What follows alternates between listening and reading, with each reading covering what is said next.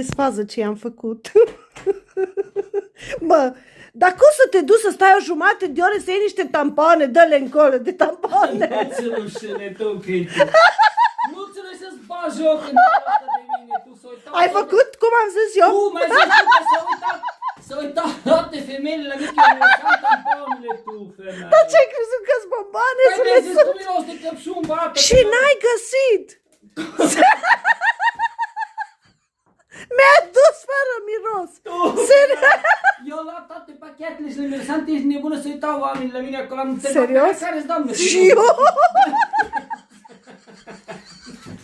Ai ce treba? Dacă să fii de prost! Păi dacă așa nici eu știu ce au de-astea în trambuline. Păi cum să ai așa camnă să fie cu miros de căpșună? Păi de ce mi-ai zis mie că e așa ceva, nă? Că eu m-am dus, miroseam toate tampoanele pe acolo, că ești nebună de carne. Păi nu au vrut să fie miros. Mai și întreba-te pe Adamne, care-s Și nu aveau. O să Dixit, mirosule tot. Bă, dar ne sunt țâțâți, mă. Cum să-ți bag joc în halul ăsta de mine, bă, dă pute.